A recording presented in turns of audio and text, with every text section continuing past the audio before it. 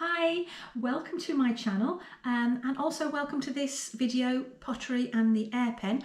There's a playlist if you want to have a look at any more from this sort of topic, but I started this playlist because I had an AirPen for my birthday as a treat and I am starting my journey and I really have no idea what I'm doing. I haven't done slip trailing before, not really worked with slips.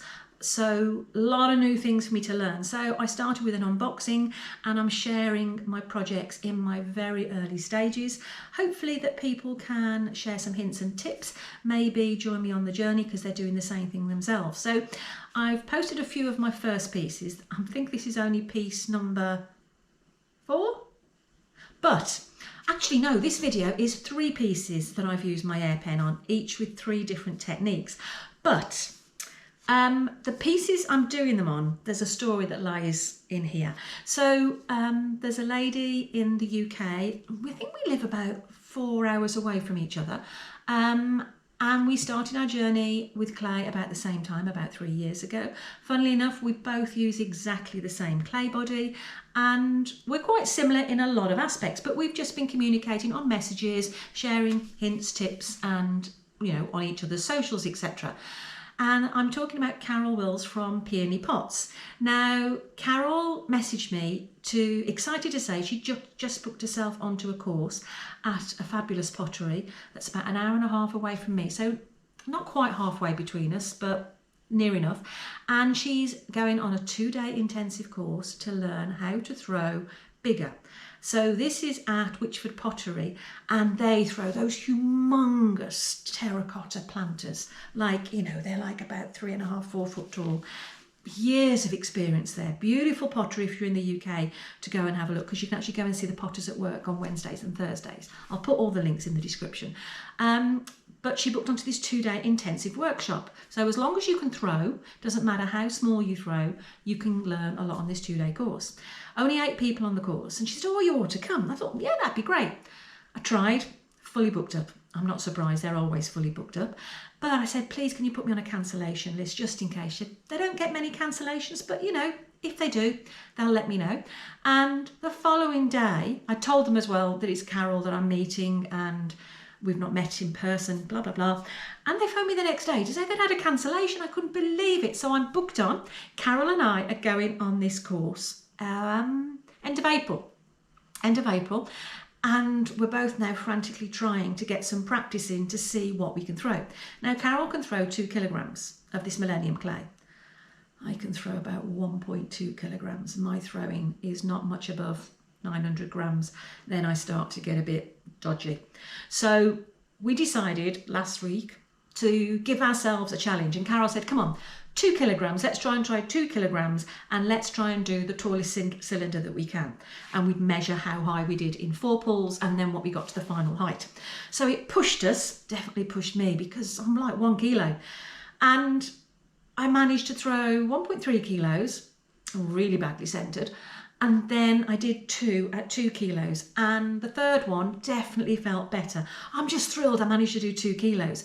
So the first 2 I did into vase shapes and then the third one I left as a cylinder. Carol did a lot better than me. Her form is so much better, but we've got to start somewhere, haven't we?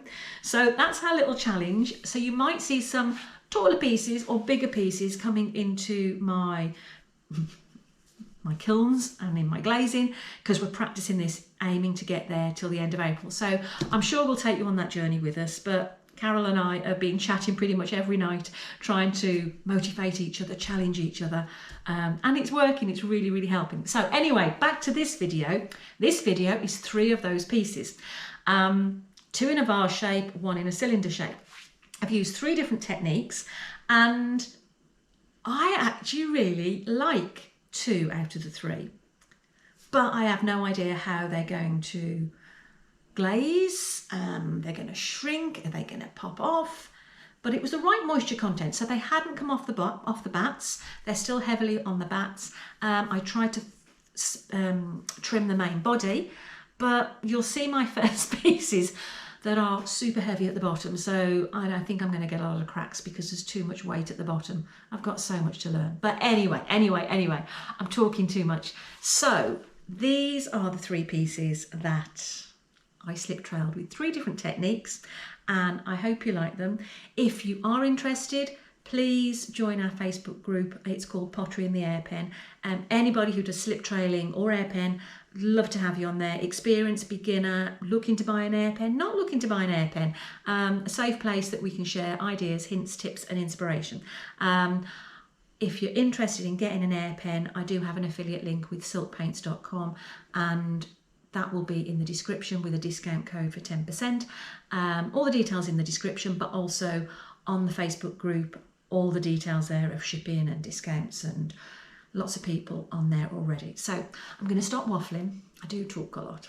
I talk an awful lot, don't I? But it's a good job that you can fast forward me, isn't it? Yeah, my husband can't do that though. Right, hope you enjoy. Take care, bye-bye.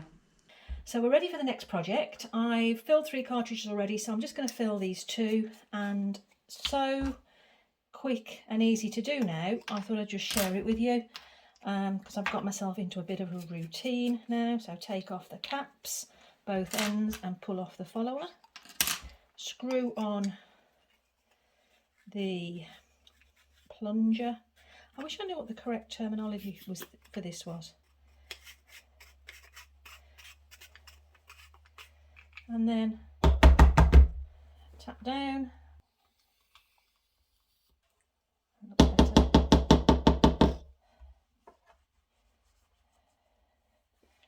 And then tip on.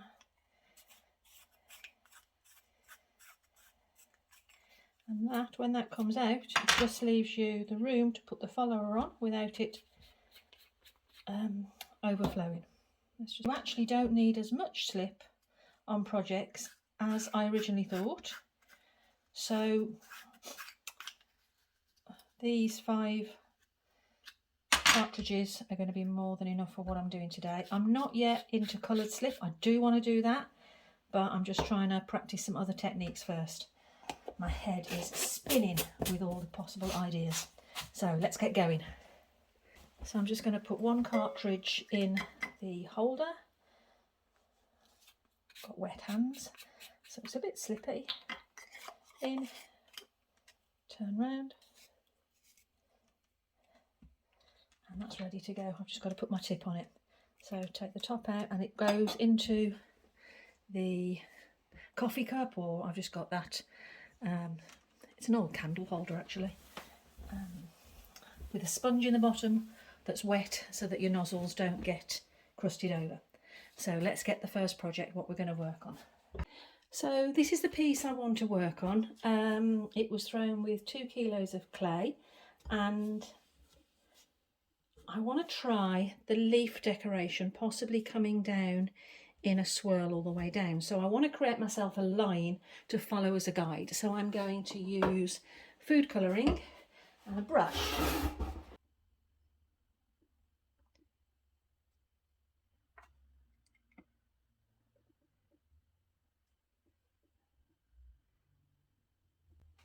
Roughly along that trajectory. So I think I'm doing the leaves, possibly like opposite sides coming down, and I want to finish at this point here to keep this bottom edge raw clay. So I'm going to use the orange nozzle today, which is thicker than I've had before, and let's see how that goes. I'm hoping it's going to give me a more 3-dimensional effect. So I'm not going to talk through all of this. I might turn off the noise for you and put some music on. I'm not quite sure. We'll see how it goes. Let's have a go anyway.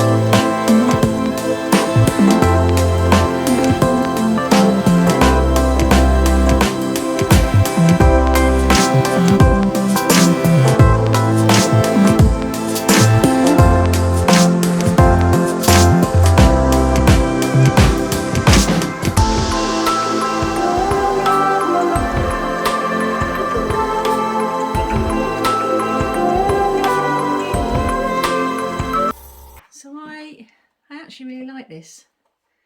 I'm not proficient at using the pen yet. I'm not quite working out what the right nozzle is, the pressure, etc.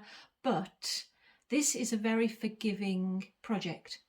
So it doesn't matter if you've got wobbly lines, if you have some spurts, you can get some really nice effects. And I think that's why I'm liking it, because even though I'm not very proficient in using the pen, I really like the end result.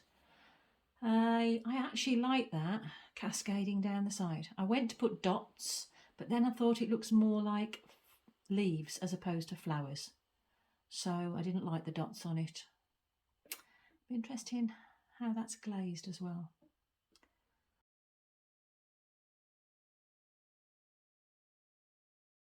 Next project. I want to try something different, but I don't really know what I'm doing. I haven't really got a plan. So I'm going to use the food colouring just to get an idea.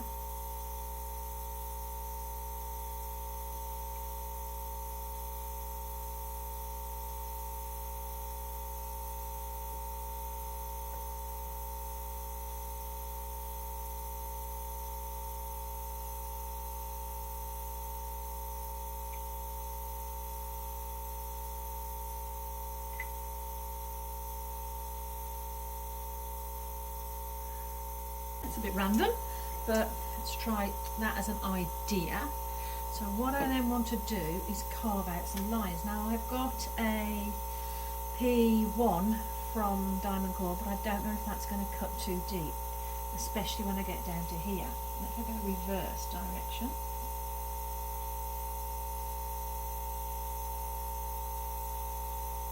I don't feel I've got enough control.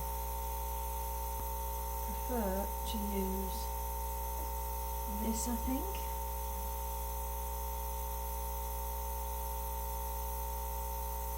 It's not as aggressive.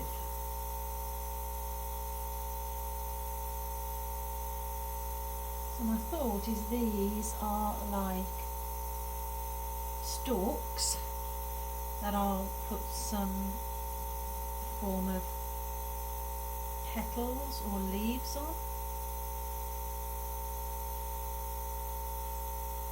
I'm having to use the flow of where this cutter wants to go.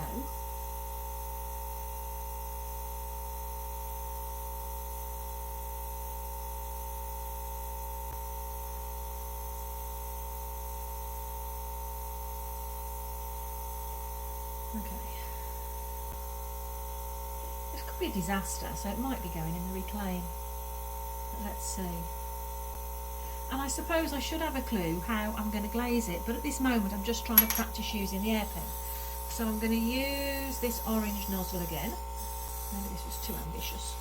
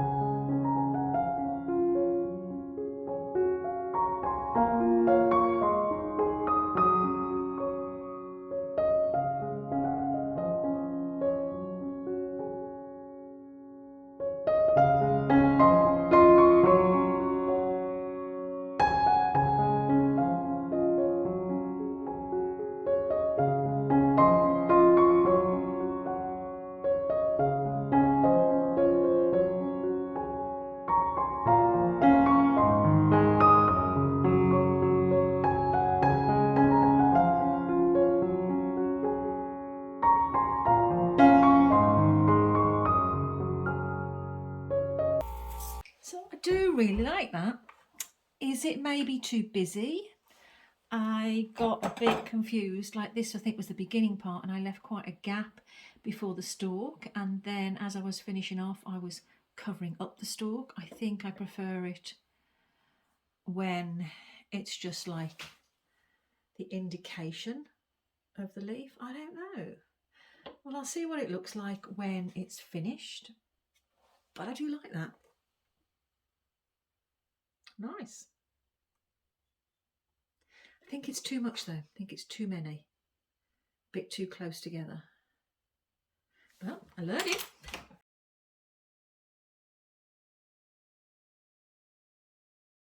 Third project with the AirPen today, and I really don't know what to do. I quite like those shapes I've just been doing teardrops, and I'm wondering if I do maybe some form of geometric effect with them. I might just mark off a line as a starting point.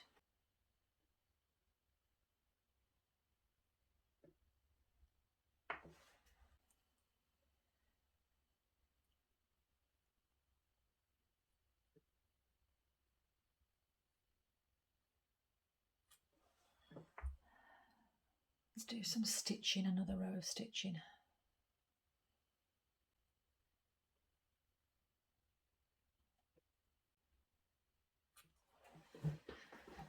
And maybe one down here.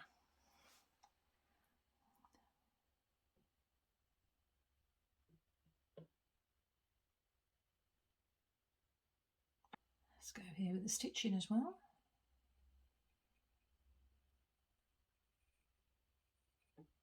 This is a hand sewing tool, something to do with my sewing machine. I'm not actually sure what you use it for, but I saw it and I thought, oh, that'd be nice for my studio.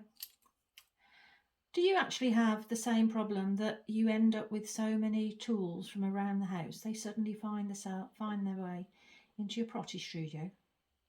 My husband's forever saying, do you know where the so-and-so's gone? And I'm like, maybe.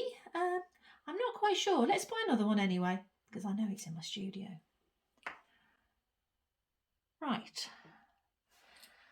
Let's turn the AirPen on and see now how I go with this.